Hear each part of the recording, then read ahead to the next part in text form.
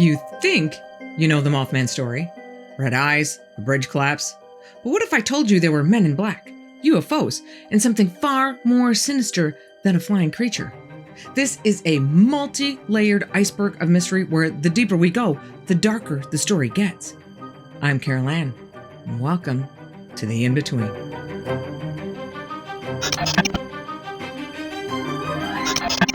Many people know about the infamous midnight ride of the two couples being chased by Mothman straight to the sheriff's office. At least that's about the extent of my exposure to this story. That and what I saw from the Richard Gere movie 20 years ago, of which I remember exactly zero. But as is usually the case once I started digging into this topic, I've discovered it's so much more than that. This Mothman topic is a multi-tiered iceberg that goes way deeper than a pair of red shiny eyes chasing some kids down the road. But let's start with the part floating on top of the water, the version that most people know. The night of November 15th, 1966, two couples, Linda and Roger Scarberry and Steve and Mary Millette, residents of Point Pleasant, West Virginia, are out trying to find some fun around what the locals call the TNT area. It's called the TNT area because during World War II, it was a site where the government manufactured explosives for the war. After the war was over, so was the TNT manufacturing, and the area was pretty much abandoned. Until the younger crowd decided it was a cool place to hang out and made it their lover's lane and their drag racing track and stuff. The couples are out driving around the TNT area near the North Power Plant and spot this large winged humanoid figure that flies straight up in the air and chases them all the way into town at speeds up to 100 miles an hour. But it disappears at the edge of town. They drive straight to the sheriff's office to tell them what happened. And given the shaken state of all four kids, the sheriff believes them and takes their statements. After that night, multiple residents of Point Pleasant and the surrounding area witnessed presumably the same flying creature over the following months. That is, until exactly 1 year and 1 month later, the night of December 15th, 1967. The traffic light on the Ohio side of Silver Bridge, which is the crossing point between Point Pleasant on the West Virginia side and Gallipolis on the Ohio side, has been stuck on green all afternoon, allowing an open flow of cars going to Point Pleasant. Between that, rush hour, and Christmas shopping season, the bridge, built back in 1928, is packed with cars and trucks. At 5:04 p.m., one of the support beams gives way, sending the bridge and everyone on it into the freezing Ohio River below. 46 people die in the collapse.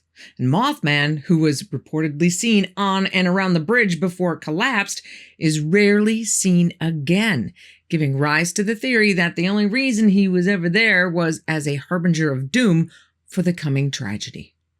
The supernatural events that occurred in Point Pleasant that year were brought to life by writer John Keel, known for his writing on Get Smart, The Monkeys, and Lost in Space. In his book, The Mothman Prophecies, which was then used as the basis for the 2002 movie starring Richard Gere. Okay, that's the high level, what we can see, what most of us already know version of events. But you guessed it, we're just getting started. Under the surface, things start to get a little more interesting. The story doesn't actually start with the car chase to the sheriff's office. It starts way before that. Try 1914.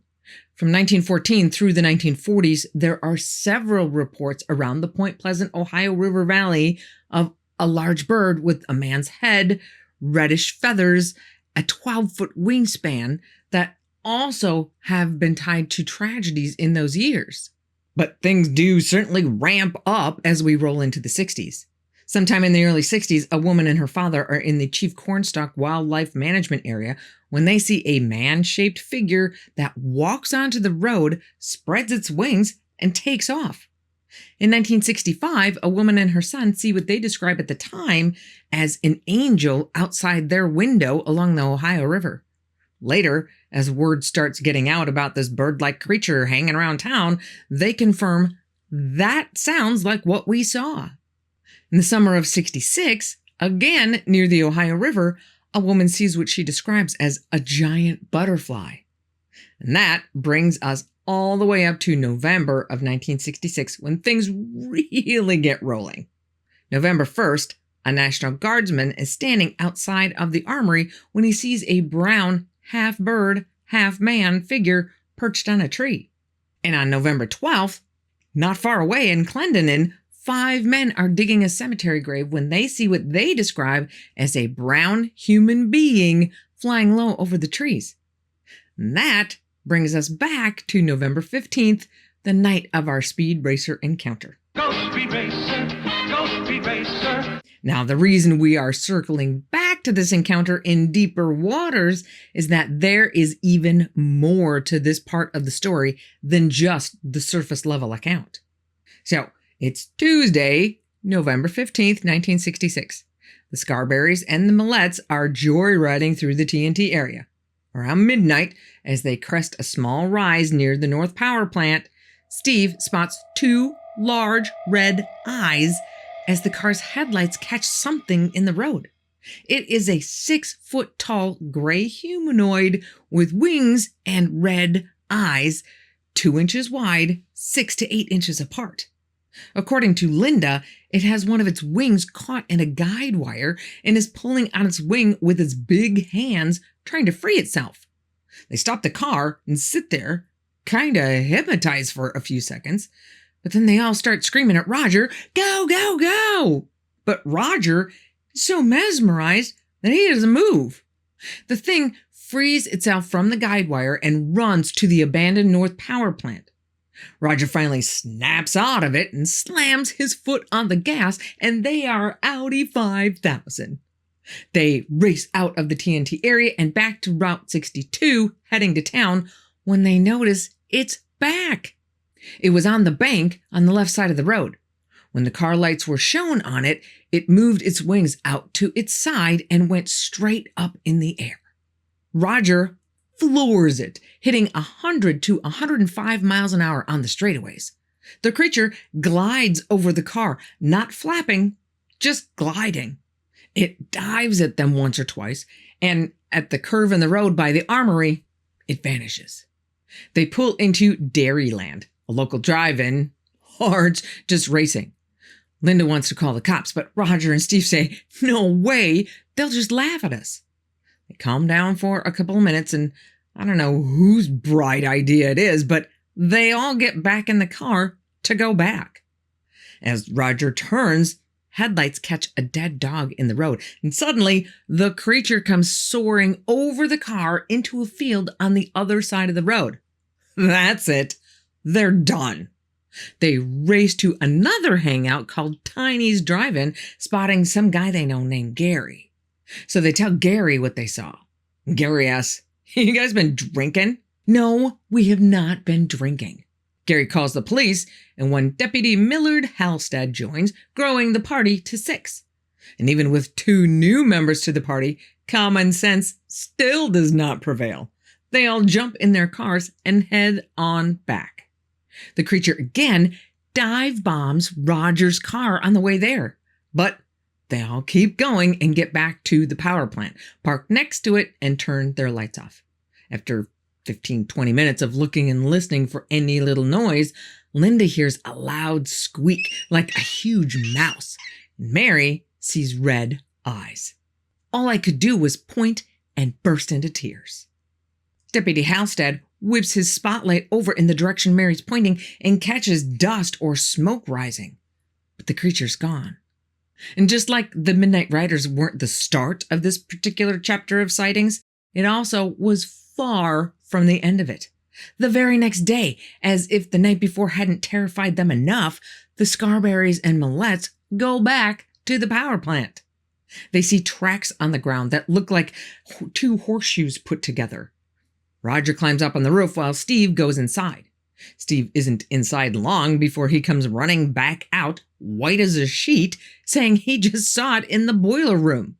Later that evening, Mr. and Mrs. Raymond Wamsley and Mrs. Marcella Bennett and her baby daughter Tina head to the general area, not to look for the monster like masses of other creature hunters that are driving in by the hundreds after reading about last night's adventure in the morning newspaper, but to visit some friends, Mr. and Mrs. Ralph Thomas.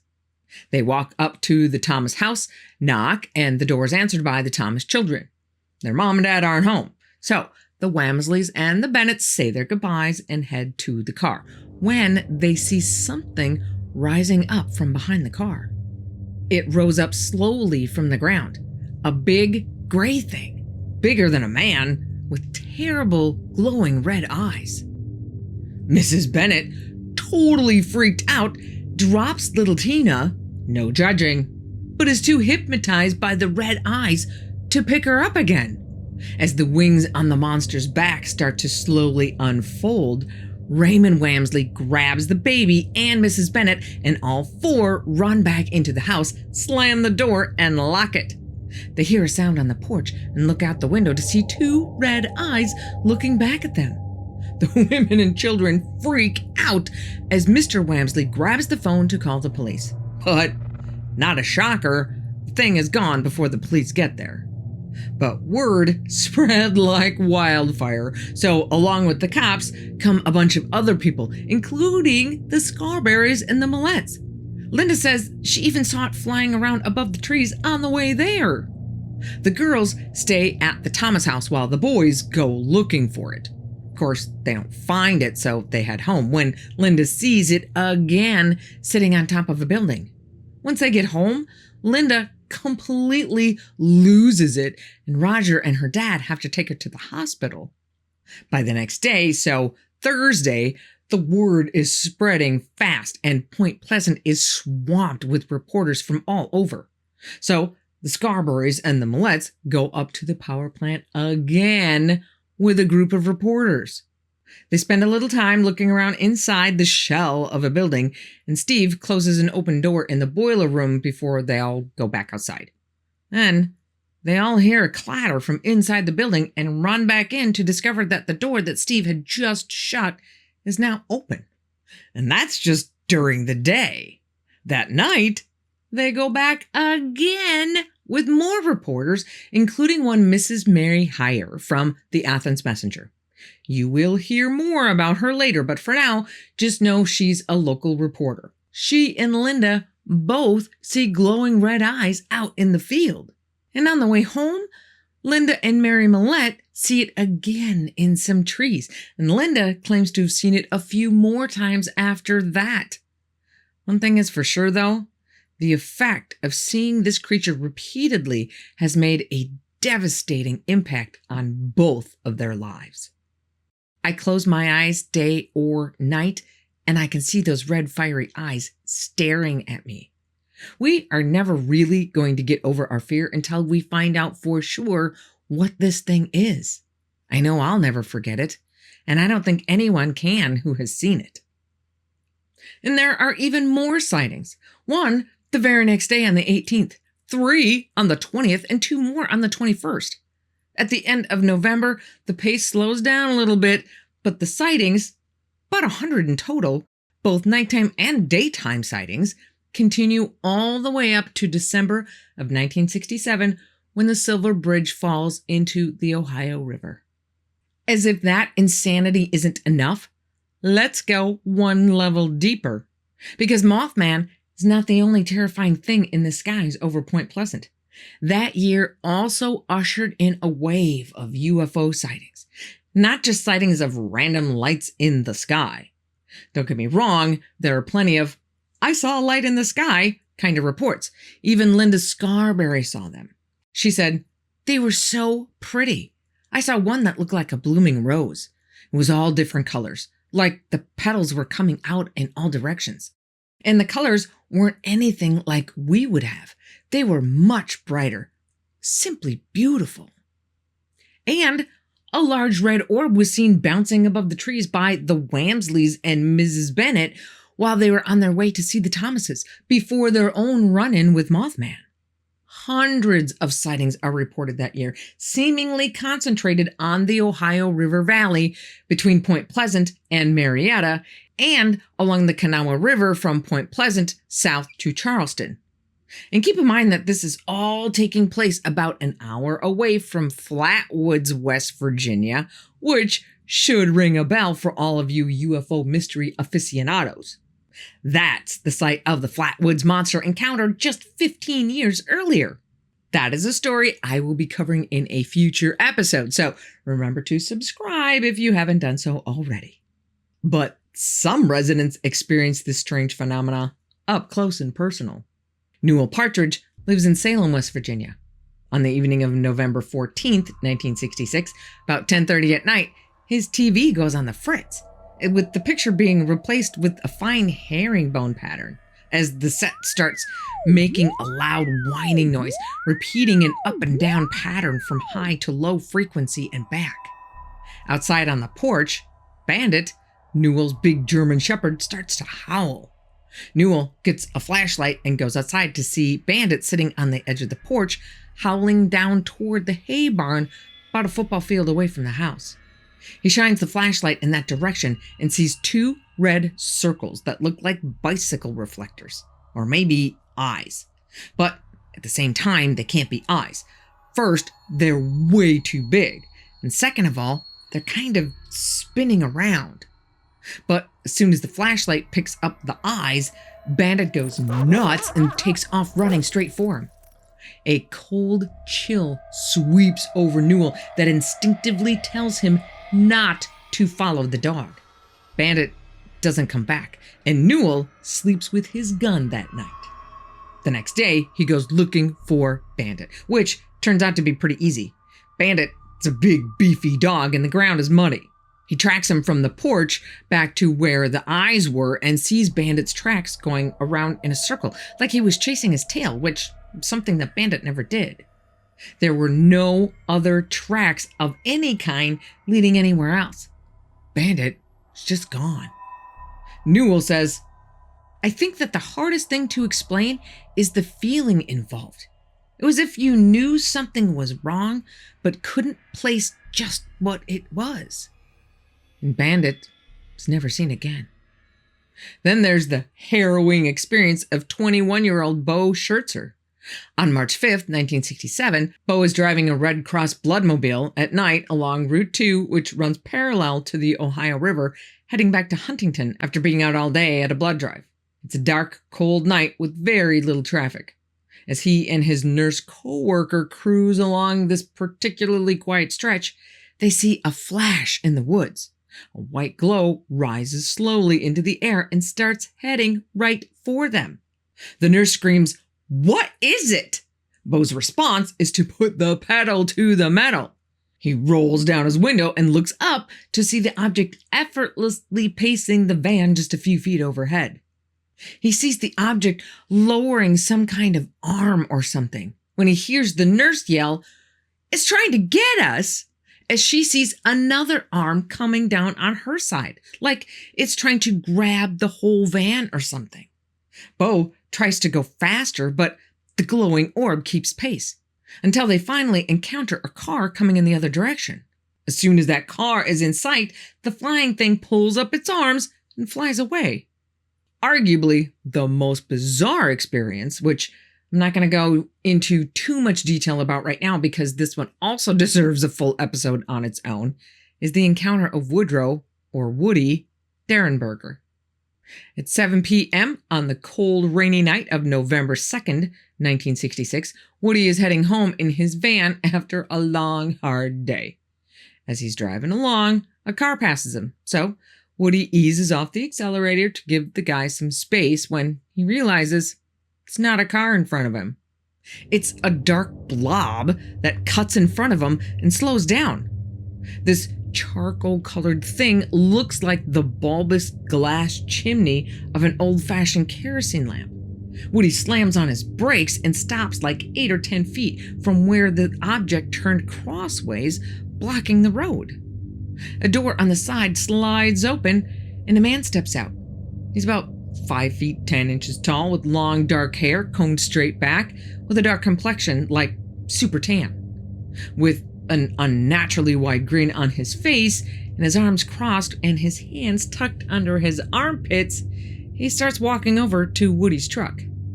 He's wearing a dark coat with what looks to be a metallic green shirt underneath. Woody is a little surprised to discover that he can feel what this man is thinking. Don't be afraid. We mean you no harm. Roll down your window. What is your name? Woody. My name is Cold. As the two men are just chit-chatting away, Mr. Cold via telepathy and Woody, presumably out loud, the chimney-shaped object floats up about 50 feet over the road and just hovers there as the other cars come along and pass them. In fact, once Woody's story lands in the newspapers, people came forward to say that they saw someone in a van stopped in the road talking to another man. At the end of their conversation, Mr. Cold promises Woody he'll be back to see him soon. As his ship descends, the door opens, Cold goes in, and is gone in a flash into the dark night sky. But, as Woody will soon learn, Mr. Cold is a man of his word. He came back. But that, my friends, is way too big of a story to cover in this episode. Mr. Indrid Cold is going to get his own episode. Now, as you can imagine, as the press is picking up on all of the strange happenings in and around Point Pleasant, the story starts spreading far and wide and finally reaches the desk of a New York author and ufologist by the name of John Keel, the author of the Mothman Prophecies and arguably the reason we know at least part of all of the things that happened that fateful year. I say part because even he admits that so much was going on that he couldn't fit it all into the book. But even he wouldn't have been able to do it alone. In a small, close, tight-knit community like Point Pleasant, Mr. Keel would have been dead on arrival without the help of someone who would become the truest of wingmen. Or shall I say, wing women. That would be Mary Hyre, the reporter that I mentioned earlier that saw the red eyes of the Mothman herself at the power plant with Linda Scarberry and Mary Millette. For those of you familiar with the Mothman story, I'm sure you're thinking, it's about time. Because even though we haven't really talked about her until now, she's actually a very big part of this whole story. Mary was a writer for the Athens Messenger newspaper out of Athens, Ohio. But the Messenger kept an office in Point Pleasant that was manned, in part, by Mary. She had her finger on the pulse of Point Pleasant and was known by everyone in town. Not only did people know her, but they knew her integrity as a journalist. If something was off the record, it was off the record. They trusted her. So consequently, when John Keel came to town, she was instrumental in getting the locals with the story to tell to open up to him. And while John was never able to see the elusive Mothman for himself, he and Mary, both together and separately, have multiple UFO sightings of their own.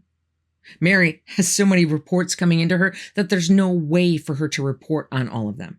But she publishes what she can about all of the area weirdness. However, this rush of success at UFO Yahtzee brought more strangers to town, not nearly as friendly as John. Let's just say, I don't think they play Yahtzee. It started just about the same time that the Mothman and UFO wave did.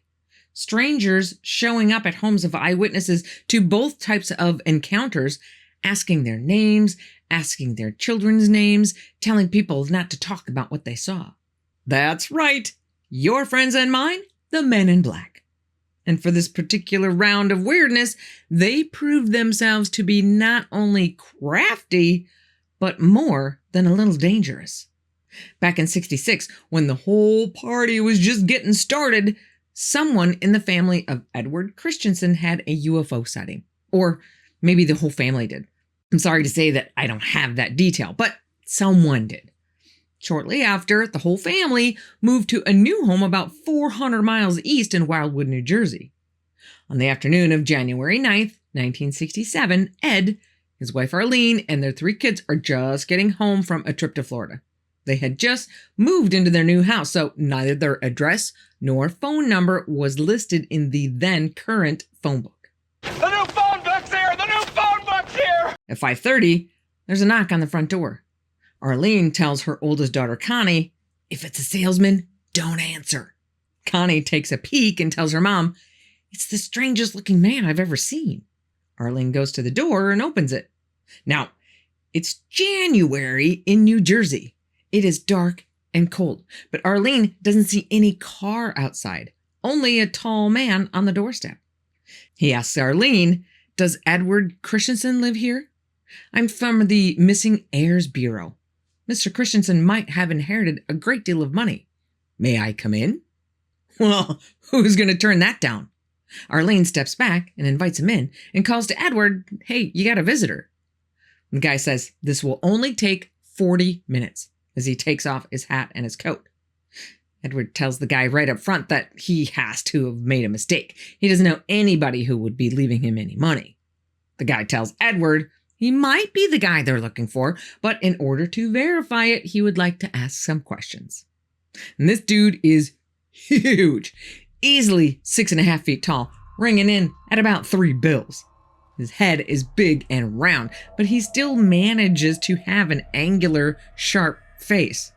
He has close cropped black hair with a perfectly round shaved spot on the back of his head. His nose and mouth are fine, but his eyes are kind of bulgy and wide set and do not seem to totally move together. Underneath his thin outer coat, obviously not dressed for a New Jersey winter, he's wearing a short sleeve shirt and dark pants that are a little too short. So when he sits down, they ride high up on his calves. Odd detail, but important, considering that when he sits down, both Arlene and Connie can see a green wire coming out of his socks and running up under his pant leg. And his skin is so pale, the Christensens think he's gotta be sick. The man introduces himself, although no one can actually remember his name. It's something common like Smith or Jones, but they do remember him saying that his friends call him Tiny. He speaks with a high, tinny voice that seems super out of place for such a big guy, and in a dull, monotone cadence that sounds more like a computer, like he's reciting everything from memory. Arlene tells Tiny that they're all about to sit down for dinner, and she invites him to stay. Tiny says, no thanks, but I probably will want some water in 10 minutes.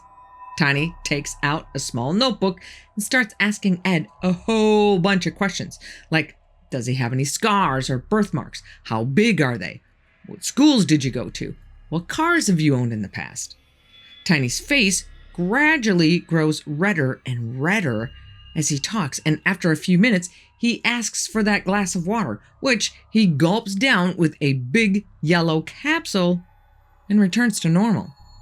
Tiny's interview is done in less than an hour, probably 40 minutes. He stands back up, puts on his hat and coat, tells Ed that he'll be notified by mail within 10 days, and heads out the door. Arlene decides to just check and see where he goes, since there was no car out front when he got there. She steps out of the kitchen door in time to see him reach the road and wave at the darkness as a black 1963 Cadillac pulls up with its headlights off, so she can't see any driver. Tiny climbs in the car and it drives away with its headlights still off. The next morning, the phone rings. The woman on the other end tells Ed, we found the Ed Christensen we're looking for. It ain't you. Ed says, thanks, and hangs up. See what I mean about getting crafty? On Sunday, November 27th, 1966, at about 10:30 in the morning, 18-year-old Connie Carpenter is heading home from church when, outside of New Haven, West Virginia, she suddenly sees a huge gray figure shaped like a man, but about 7 feet tall, with large, round, glowing red eyes that focus on her with a hypnotic effect. As she slows down, her eyes glued to this thing, a pair of wings unfold from its back with a span of about 10 feet. It slowly rises up off the ground like a helicopter without even flapping its wings, heads straight towards Connie's car and swoops low over her head as She snaps out of her stupor and smashes the gas pedal. Insanity. But okay, life moves on. A couple months later, in February, she marries her sweetheart Keith, and the couple moves across the river to a house in Middleport, Ohio. They don't have a phone, and only their families and close friends know their new address. At 8:15 a.m. on February 22nd, 1967, she heads out the door to go to school. Keith is already at work. As she starts walking down the street, a large black car pulls up next to her. Connie knows her cars and says it's a 1949 Buick. The driver, a clean-cut, very suntan young man of about 25, wearing a short-sleeved shirt, in Ohio in February, opens his door and asks her for directions. She walks over to his car, no judging, and notices the car, even though it's nearly 20 years old, looks brand new. When she reaches the car, the young man suddenly lunges at her, grabs her arm, and yells at her to get in the car. After a brief struggle, she manages to get away, runs back to her house, and locks herself inside, completely terrified. Keith comes home from work at the end of the day to find his brand new wife curled up in a corner, scared to death. Connie's freaked out enough that she decides to stay home the next day too. At 3 p.m., she hears footsteps on the porch and a loud knock on the door. She stays out of sight for a while, then cautiously goes to the door. No one on the porch and no car in sight. But a note has been slipped under the door that says, "Be careful, girl. I can get you yet." This encounter may not sound like your typical MIB encounter, but MIB seem to fall into one of two camps, either super pale translucent skin or darker skin that people report as looking really tan. It's also worth mentioning that not being dressed appropriately for the weather, as neither this guy nor our friend Tiny were, is also a common detail. But regardless of what you think of this account, our friend Connie is not done yet. But before I tell you that story, I have to tell you this story. Fast forward to a week after the bridge collapse. Mary Heyer has been practically living in her office, doing anything she can to help rescue workers, family members, and anyone else in need that walks through her door. She's just a tad bit busy. So she barely notices one afternoon when two men with dark complexions, both short and wearing black overcoats, who look like they could be twins, walk up to her desk. As she watches them pick up regular things from her desk, her pencil, her stapler, and look at them like they've never seen anything like it before, they blurt out the statement, "We hear there's been a lot of flying saucer activity around here." Mary just stares at these guys, like, how can you be thinking about flying saucers at a time like this? But she musters up some grace and tells the guys, "We've had a few sightings here," pulling out a huge, bulging folder filled with sighting reports and hands it to one of the men. He opens the file, glances through it, and hands it back. "Has anyone told you not to publish these reports?" Mary shakes her head as she puts the folder back. "What would you do if someone did order you to stop writing about flying saucers?" Mary tries not to grin too much as she tells them, "I'd tell them to go to hell." She watches the two men glance at each other and goes back to work. The next time she looks up, they're gone. Later that same afternoon, another stranger walks into Mary's office. This guy's slightly built, about 5 feet 7 inches tall, with black eyes and messy black hair. His complexion is even darker than the last two guys, and he looks slightly East Asian. His hands have really long, tapering fingers, and he's wearing a cheap-looking, out-of-fashion suit that doesn't fit him very well, and his tie's knotted kind of funny. And wouldn't you know it, even though it's freezing outside, he has no coat. He says, "My name is Jack Brown. I'm a UFO researcher."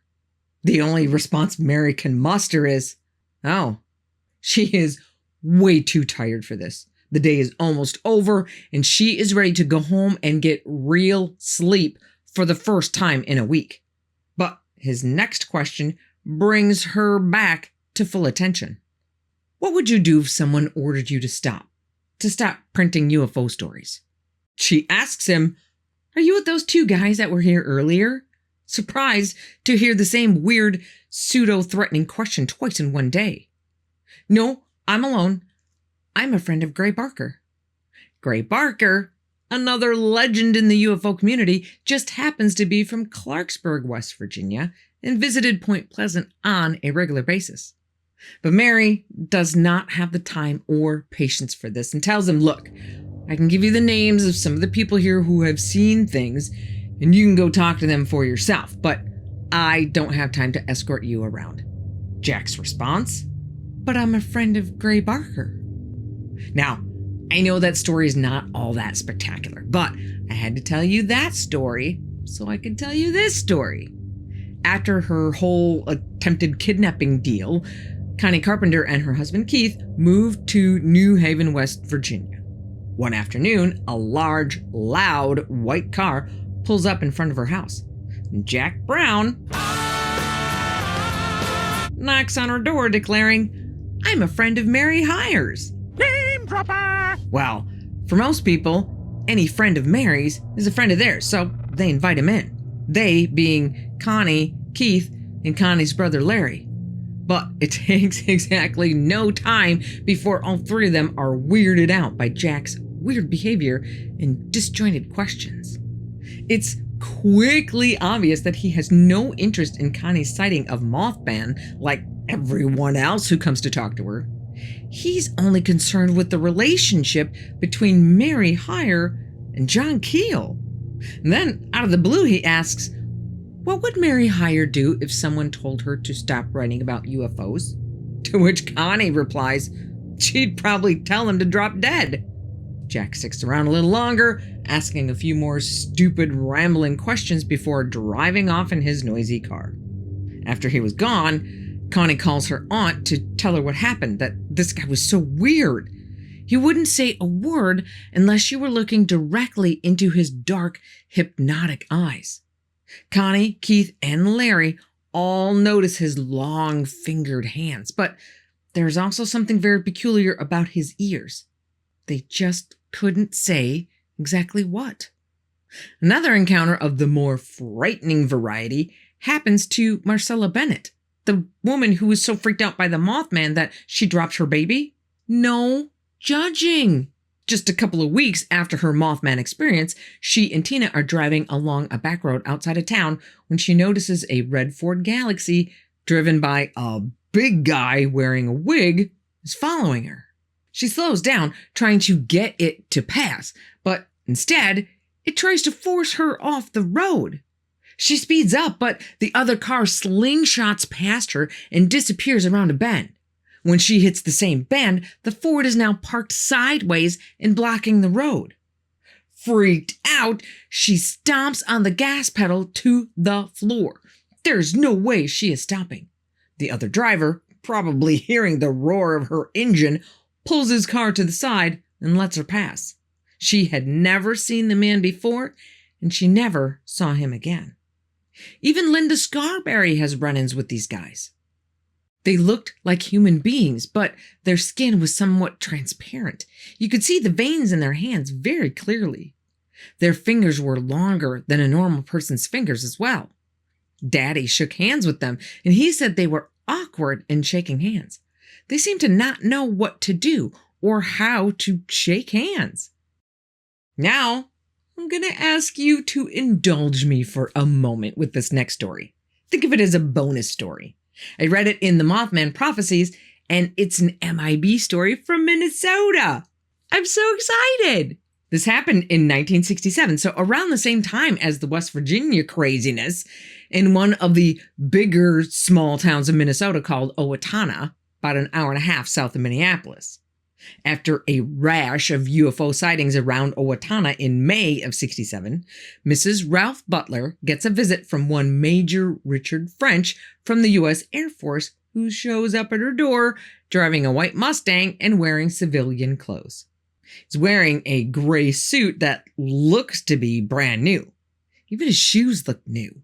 He's about 5 feet 9 inches tall with an olive complexion and a pointed face. He has dark hair that in Mrs. Butler's opinion, is way too long for an officer of the Air Force. As the two chat about recent UFO sightings, Major French mentions to Mrs. Butler that his stomach doesn't feel very well.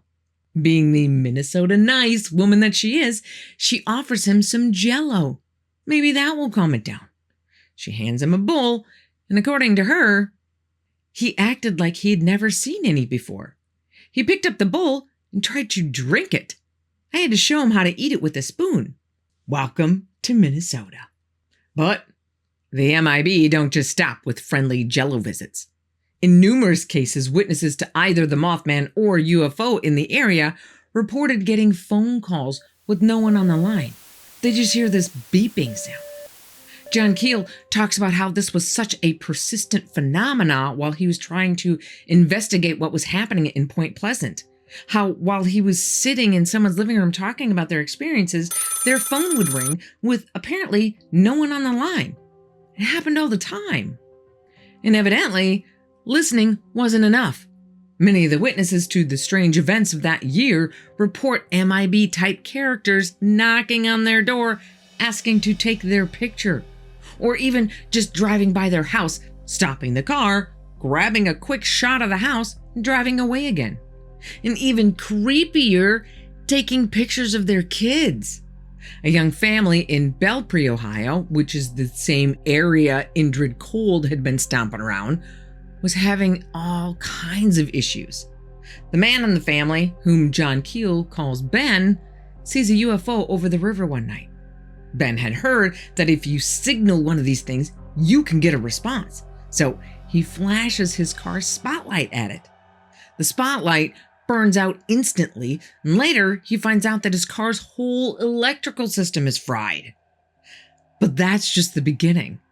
First, his phone goes nuts. And keep in mind, at this point, he hadn't told anybody about his encounter yet. But right away, he starts to get the beeping calls and calls from metallic voices trying to get him to go to these random meetings, which thankfully he never did. Then came the strangers to the neighborhood. That August, as he's walking down the street in Parkersburg, two Asian-looking men dressed in black grinned at him broadly as if they knew him. Ben had never heard of the MIB, but these guys so sufficiently creeped him out that he crossed to the other side of the street. According to Ben's wife, a black car had stopped in front of their house and a man in a black suit had apparently taken photos with a large camera, not paying any attention to any other house on the street. An event corroborated by two of their neighbors. Even Mary Heyer had issues. One early May evening, a luminous object appears over her house and projects a light beam into her backyard. She's not home, but her husband and several neighbors see it. A few days later, Mary sees our old friend Jack Brown again. And this time, she wants to talk to this guy. When Jack sees Mary coming, he freaks, starts running, and jumps into a black car driven by a very large man. Maybe it's Tiny. 3 days later, on May 8th, Mary's just getting home from some town event at about 11:30 p.m. Just as she's opening her front door, a large black car comes roaring up and skids to a stop in front of her house. As she's just standing on her porch, a man gets out of the car, snaps her picture, and drives off. Now, don't think for a second that all MIB encounters are men. It's the late 60s and feminism is taking root in the ranks of the MIB. John Keel talks about getting a heads up about a woman running around pretending to be his secretary. But he has no secretary. This blonde woman in her 30s is visiting people in Ohio and West Virginia that John had interviewed.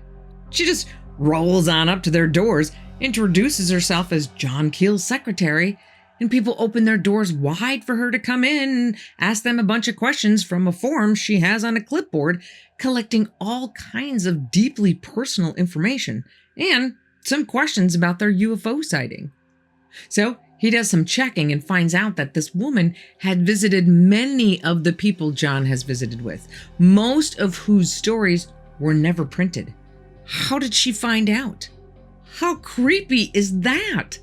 And that, my friends, brings us to our fifth and final tier of this Mothman iceberg. Our fifth and final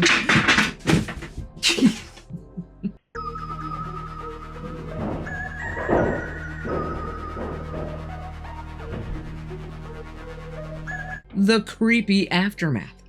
Turns out that going home after seeing a UFO or other strange phenomena is, oftentimes, not the end, but just the beginning.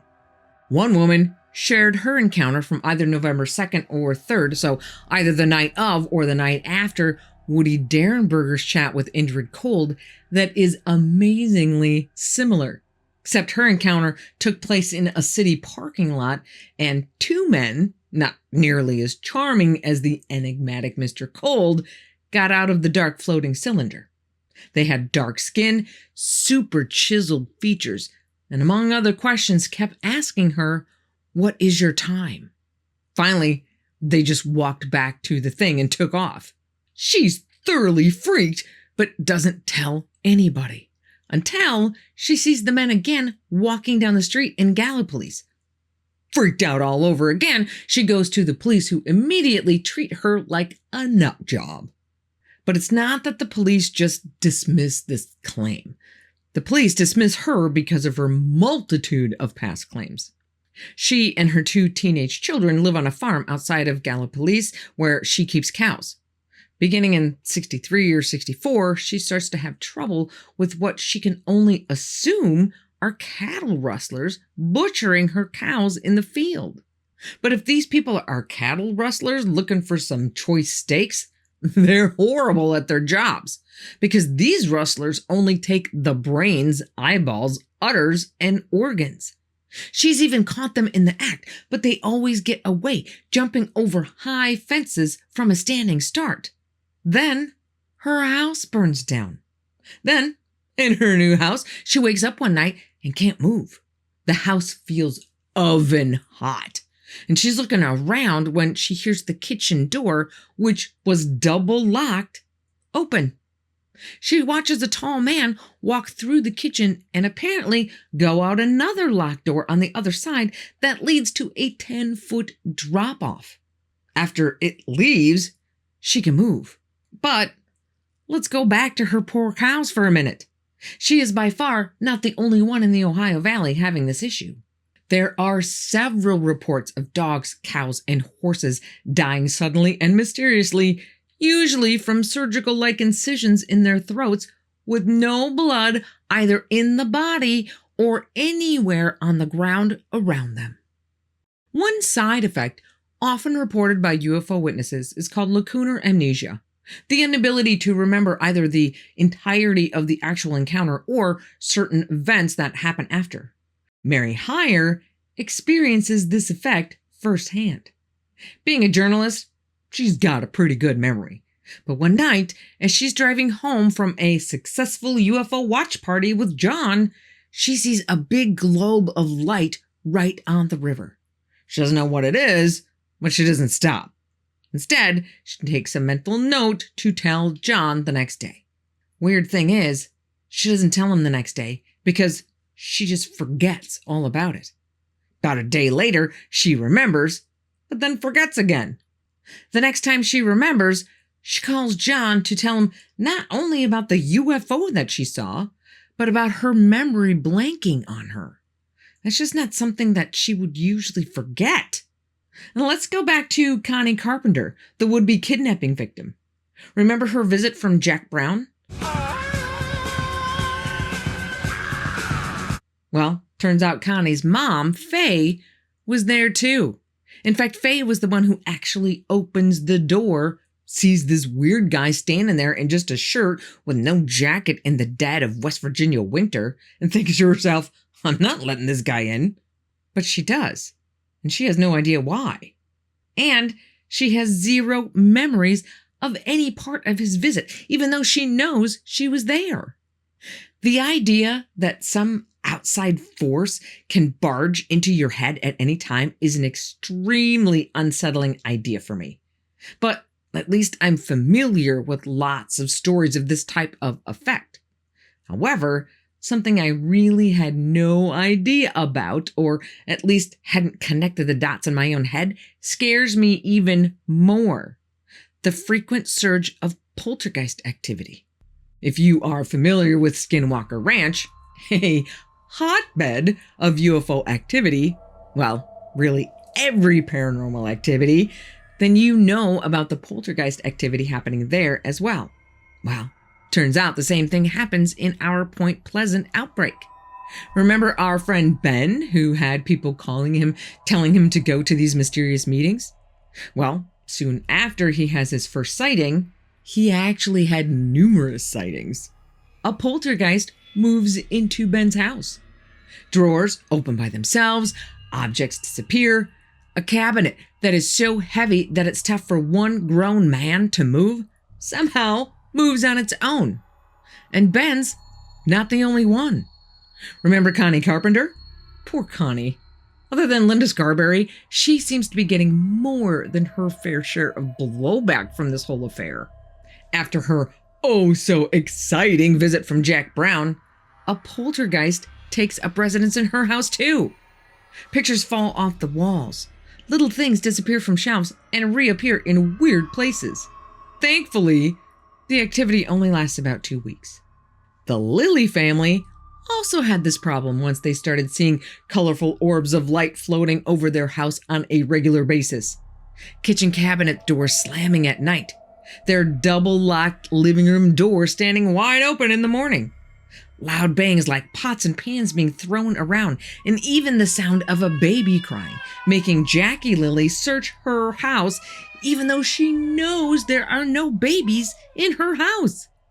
And most terrifying of all is the experience of their 16-year-old daughter, Linda, who wakes up one night to see a huge man towering over her bed, wearing a checkered shirt, remember that part, grinning at her. Okay, all of this craziness brings us to the bottom of Tier 5. And what's at the very bottom of the iceberg? The bottom tip. In my opinion, the scariest part of this whole iceberg. Who am I kidding? This whole thing scares the crap out of me. And that so-called honor belongs to none other than Linda Scarberry. She had seen the MIB around, but this encounter is on a whole new level. She's sleeping one night with her aunt and her 5-month-old daughter, Danny, in the bassinet next to her bed.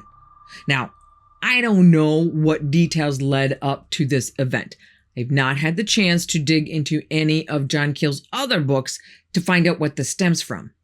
But somewhere along the line, Mr. Keel gives Linda the advice that she should buy a crucifix with gold on it and keep it close to Danny's bed.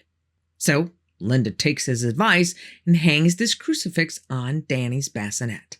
Now, the room that they're all sleeping in is just off the kitchen, and they are in the habit of keeping the kitchen light on in case Linda needs to get up with the baby during the night.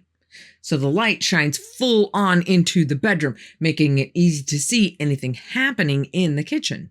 Around midnight, Linda wakes up to see a man with black hair wearing a black and white checkered shirt and black pants walk into the room.